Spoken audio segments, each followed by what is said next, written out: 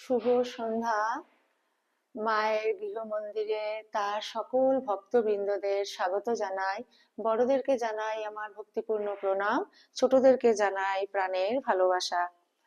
পবিত্র সন্ধ্যায় শ্রী গুরু বন্দনা দিয়ে শুরু করছি।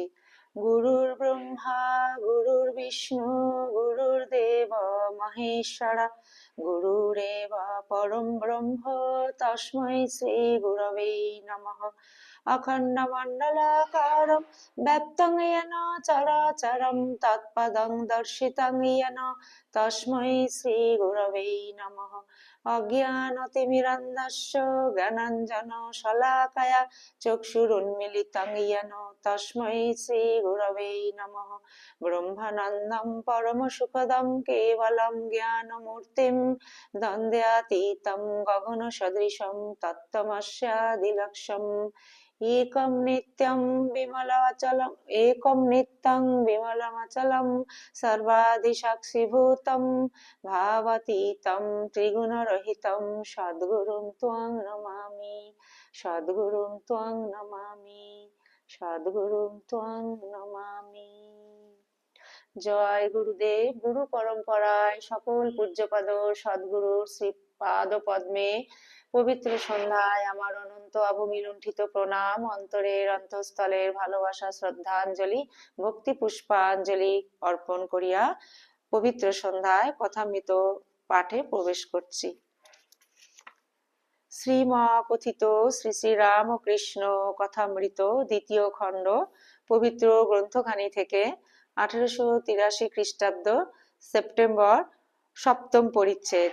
এই অংশ থেকে পাঠ শুরু করছি। মায়ের সকল ভক্তবৃন্দের কাছে করজোড়ে অনুরোধ জানাই, প্লিজ সবাই কথামৃত অনুধ্যানে আপনারা শেষ পর্যন্ত মায়ের গৃহ মন্দিরের পাশে থাকবেন। তব কথামৃতম তপ্ত জীবনম কবিবিরীরিতম কল্মষাপহম শ্রবণমঙ্গলম শ্রীমদাততম ভুবি গৃহন্তি যে ভূরিদা জনাঃ। সপ্তম পরিচ্ছেদ। ঈশান ভাটপাড়ায় গায়ত্রীর পুরস্চরণ করিবেন। গায়ত্রী ব্রহ্মমন্ত্র। একেবারে বিষয় বুদ্ধি না গেলে ব্রহ্মজ্ঞান হয় না, কিন্তু কলিতে অন্নগত প্রাণ, বিষয় বুদ্ধি যায় না। রূপ রস গন্ধ স্পর্শ শব্দ মন এইসব বিষয় লয়ে সর্বদাই থাকে। তাই ঠাকুর শ্রীরামকৃষ্ণ বলেন, কলিতে বেদ মত চলে না। যিনি ব্রহ্ম তিনিই শক্তি। শক্তির উপাসনা করিলেই ব্রহ্মের উপাসনা হয়।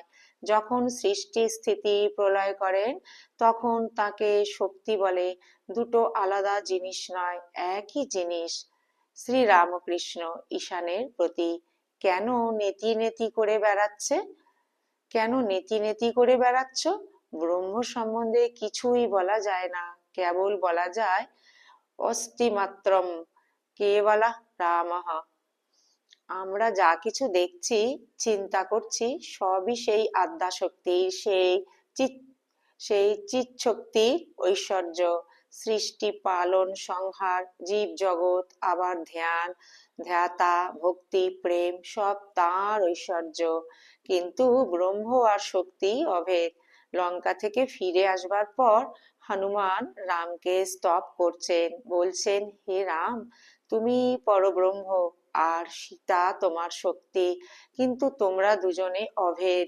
যেমন সর্প ও তার তির্যক গতি, সাপের মতো গতি ভাবতে গেলেই সাপকে ভাবতে হবে, আর সাপকে ভাবলেই সাপের গতি ভাবতে হয়। দুগ্ধ ভাবলেই দুধের বর্ণ ভাবতে হয়।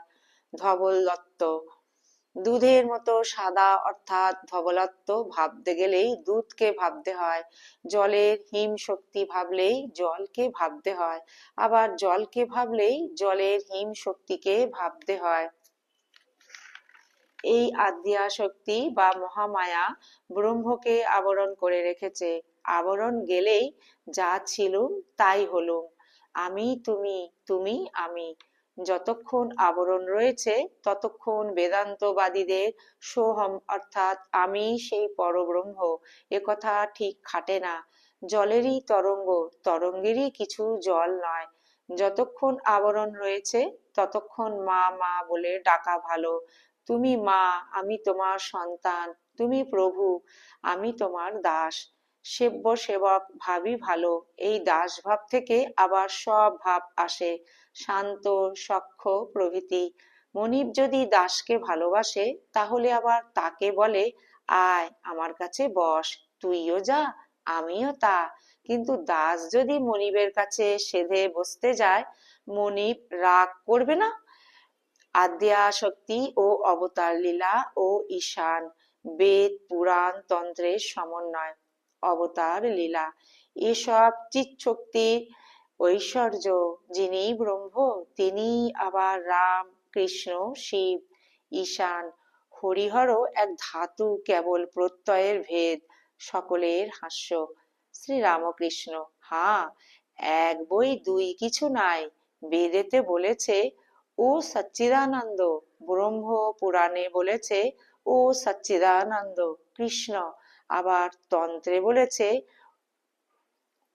সরি, বেদেতে বলেছে ওম সচ্চিদানন্দ, ব্রহ্ম পুরাণে বলেছে ওম সচ্চিদানন্দ কৃষ্ণ, আবার তন্ত্রে বলেছে ওম সচ্চিদানন্দ শিব। সেই চিৎশক্তি মহামায়া রূপে সব অজ্ঞান করে রেখেছে। আধ্যাত্ম রামায়ণে আছে, রামকে দর্শন করে যত ঋষিরা কেবল এই কথাই বলছে, হে রাম, তোমার ভুবন মোহিনী মায়ায় মুগ্ধ করো না।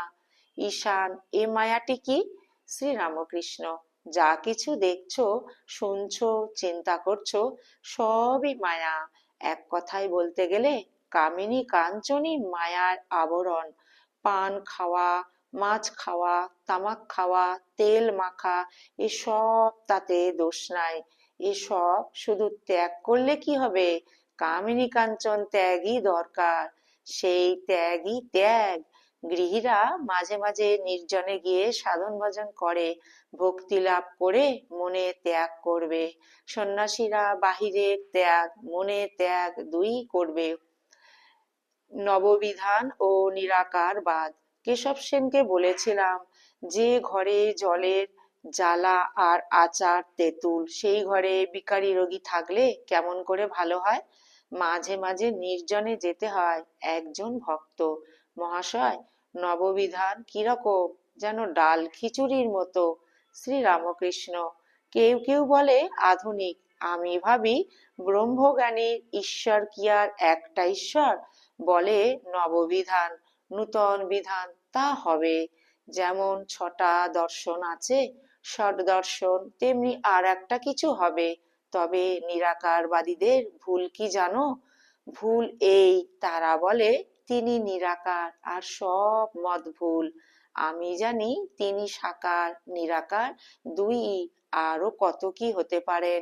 তিনি সবই হতে পারেন। ঈশানের প্রতি সেই চিৎশক্তি, সেই মহামায়া চতুর্বিংশতি তত্ত্ব হয়ে রয়েছেন। আমি ধ্যান করছিলাম, ধ্যান করতে করতে মন চলে গেল রসকের বাড়ি, রসকে ম্যাথর। মনকে বললুম, থাক শালা, ওইখানে থাক। মা দেখিয়ে দিলেন, ওর বাড়ির লোকজন সব বেড়াচ্ছে খোল মাত্র, ভিতরে সেই এক কুলকুণ্ডলিনী, এক ষটচক্র। সেই আদ্যা শক্তি মেয়ে না পুরুষ? আমি ওদেশে দেখলাম লাহাদের বাড়িতে কালী পুজো হচ্ছে, মার গলায় পইতে দিয়েছে। একজন জিজ্ঞাসা করলে, মার গলায় পইতে কেন? যার বাড়ির ঠাকুর তাকে সে বললে, ভাই তুই মাকে ঠিক চিনেছিস, কিন্তু আমি কিছু কিন্তু আমি কিছু জানি না মা পুরুষ কি মেয়ে। এই রকম আছে যে, সেই মহামায়া শিবকে টপ করে খেয়ে ফেললেন। মার ভিতরে ষটচক্রের জ্ঞান হলে শিব মার উরু দিয়ে বেরিয়ে এলেন। তখন শিব তন্ত্রের সৃষ্টি করলেন। সেই চিৎশক্তির, সেই মহামায়া শরণাগত হতে হয়। ঈশান, আপনি কৃপা করুন। ঈশানকে শিক্ষা সব ডুব দাও, গুরুর কি প্রয়োজন? ব্রাহ্মণ, পণ্ডিত, শাস্ত্র ও ঈশান। শ্রীরামকৃষ্ণ, সরল ভাবে বলো, হে ঈশ্বর দেখা দাও, আর কাঁদো, আর বলো, হে ঈশ্বর, কামিনী কাঞ্চন থেকে মন তফাৎ করো, আর ডুব দাও, আরো ডুব দাও। উপর উপর ভাসলে বা সাঁতার দিলে কি রত্ন পাওয়া যায়? ডুব দিতে হয়, গুরুর কাছে সন্ধান নিতে হয়। একজন বাণলিঙ্গ শিব খুঁজতে ছিল। কেউ আবার বলে দেয় অমুক নদীর ধারে যাও, সেখানে একটি গাছ দেখবে, সেই গাছের কাছে একটি ঘূর্ণি জল আছে, সেইখানে ডুব মারতে হবে, তবে বাণলিঙ্গ শিব পাওয়া যাবে। তাই গুরুর কাছে সন্ধান জেনে নিতে হয়। ঈশান: আজ্ঞা হাঁ। শ্রী রামকৃষ্ণ সচ্চিদানন্দই গুরু রূপে আসেন। মানুষ গুরুর কাছে যদি কেউ দীক্ষা লয়, তাকে মানুষ ভাবলে কিছু হবে না, তাকে সাক্ষাৎ ঈশ্বর ভাবতে হয়, তবে তো মন্ত্রে বিশ্বাস হবে। বিশ্বাস হলেই সব হয়ে গেল। শূদ্র একলব্য মাটির দ্রোণ তৈয়ার করে বনেতে বাণ শিক্ষা করেছিল, মাটির দ্রোণকে পূজা করত সাক্ষাৎ দ্রোণাচার্য জ্ঞানে, তাইতেই বাণ শিক্ষায় সিদ্ধ হলো। আর তুমি ব্রাহ্মণ পণ্ডিতদের নিয়ে বেশি মাখামাখি করো না, ওদের চিন্তা দু পয়সা পাবার জন্য। আমি দেখেছি ব্রাহ্মণ সস্তায়ন করতে এসেছে, চণ্ডী পাঠ কি আর কিছু পাঠ করছে, তা দেখেছি অর্ধেক পাতা উল্টে যাবে। সকলের হাস্য। নিজের বধের জন্য একটি নরুনেই হয়, পরকে মারতেই ঢাল তরোয়াল শাস্ত্রাদি। নানা শাস্ত্রেরও কিছু প্রয়োজন নাই। যদি যদি বিবেক না থাকে, শুধু পাণ্ডিত্যে কিছু হয় না, সৎশাস্ত্র পড়লেও কিছু হয় না। নির্জনে গোপনে কেঁদে কেঁদে তাকে ডাকো, তিনি সব করে দেবেন। ঈশান ভাটপাড়ায় পুরস্চরণ করিবার জন্য গঙ্গাকূলে আটচালা বাঁধিতেছিলেন, এই কথা ঠাকুর শুনিয়াছেন। শ্রীরামকৃষ্ণ ব্যস্ত হইয়া ঈশানের প্রতি: হ্যাগা, ঘর কি তৈয়ার হয়েছে? কি জানো, ওসব কাজ লোকের খপরে যত না আসে ততই ভালো। যারা সত্যগুণী তারা ধ্যান করে মনে কোণে বনে, কখনো মশারির ভিতর ধ্যান করে। হাজরা মহাশয়কে ঈশান মাঝে মাঝে ভাটপাড়ায় লইয়া যান। হাজরা মহাশয় শুচিবায়ের ন্যায় আচার করেন। ঠাকুর শ্রীরামকৃষ্ণ তাহাকে ওরূপ করিতে বারণ করিয়াছিলেন। শ্রীরামকৃষ্ণ ঈশানের প্রতি: আর দেখো, বেশি আচার করো না। একজন সাধুর বড় জলতৃষ্ণা পেয়েছে, ভিস্তি জল নিয়ে যাচ্ছিল, সাধুকে জল দিতে চাইলে। সাধু বললে, তোমার ডোল অর্থাৎ চামড়ার মোশক কি পরিষ্কার?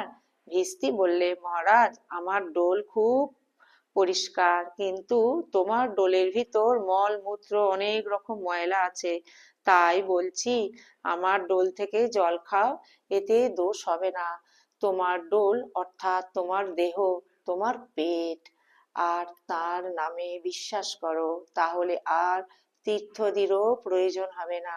এই বলিয়া ঠাকুর ভাবে বিভোর হইয়া গান গাইতেছেন: গয়া গঙ্গা প্রভাসাদি, কাশী কাঞ্চি কে বাঁচায়, কালী কালী কালী বলে অজপা যদি ফুরায়, ত্রিসন্ধ্যা যে বলে কালী, পূজা সন্ধ্যা সে কি চায়, সন্ধ্যা তার সন্ধানে ফেরে, কভু সন্ধি নাহি পায়, দয়া ব্রত দান আদি আর কিছু নাহি মনে লয়, মদনেরই যাগ যজ্ঞ ব্রহ্মময়ীর রাঙা পায়, কালী নামের এত গুণ কে বা জানতে পারে তাই, দেবাদিদেব মহাদেব যার পঞ্চমুখে গুণ গায়। ঈশান সব শুনিয়া চুপ করিয়া আছেন। শ্রীরামকৃষ্ণ ঈশানের প্রতি: আর কিছু খোঁজ সন্দেহ থাকে তো জিজ্ঞাসা করো। ঈশান: আজ্ঞা। যা বলছিলেন বিশ্বাস। শ্রীরামকৃষ্ণ: ঠিক বিশ্বাসের দ্বারাই তাকে লাভ করা যায়, আর সব বিশ্বাস করলে আরো শীঘ্র হয়। গাভী যদি বেছে বেছে খায় তাহলে দুধ কম দেয়, সব রকম গাছ খেলে সে হুড়হুড় করে দুধ দেয়। রাজকৃষ্ণ বাড়ুজ্যের ছেলে গল্প করেছিল যে একজনের প্রতি আদেশ হলো, দেখো এই ভেড়াতেই তোর ইষ্ট দেখিস, সে তাই বিশ্বাস করলে সর্বভূতে যে তিনিই আছেন। গুরু ভক্তকে বলে দিচ্ছিলেন যে রামই ঘট ঘট মে লেটা। ভক্তের অমনি বিশ্বাস। যখন একটা কুকুর রুটি মুখে করে পালাচ্ছে, তখন ভক্ত ঘিয়ের ভাঁড় হাতে করে পিছু পিছু দৌড়াচ্ছে আর বলছে, রাম একটু দাঁড়াও, রুটিতে ঘি মাখানো হয় নাই। আচ্ছা, কৃষ্ণ কিশোরের কি বিশ্বাস বলতো? ও কৃষ্ণ, ও রাম, আচ্ছা কৃষ্ণ কিশোরের কি বিশ্বাস বলতো? ওম কৃষ্ণ, ওম রাম, এই মন্ত্র উচ্চারণ করলে কোটি সন্ধ্যার ফল হয়। আবার আমাকে কৃষ্ণ কিশোর চুপি চুপি বলতো, বলো না কারুকে, আমার সন্ধ্যা টন্ধা ভালো লাগে না। আমারও এই রকম হয়। মা দেখিয়ে দেন যে তিনি সব হয়ে রয়েছেন। বাহ্যের পর ঝাউতলা থেকে আসছি, পঞ্চবটির দিকে দেখি সঙ্গে একটি কুকুর আসছে। সে তখন পঞ্চবটির কাছে একবার দাঁড়ায়। তখন পঞ্চবটির কাছে একবার দাঁড়ায়।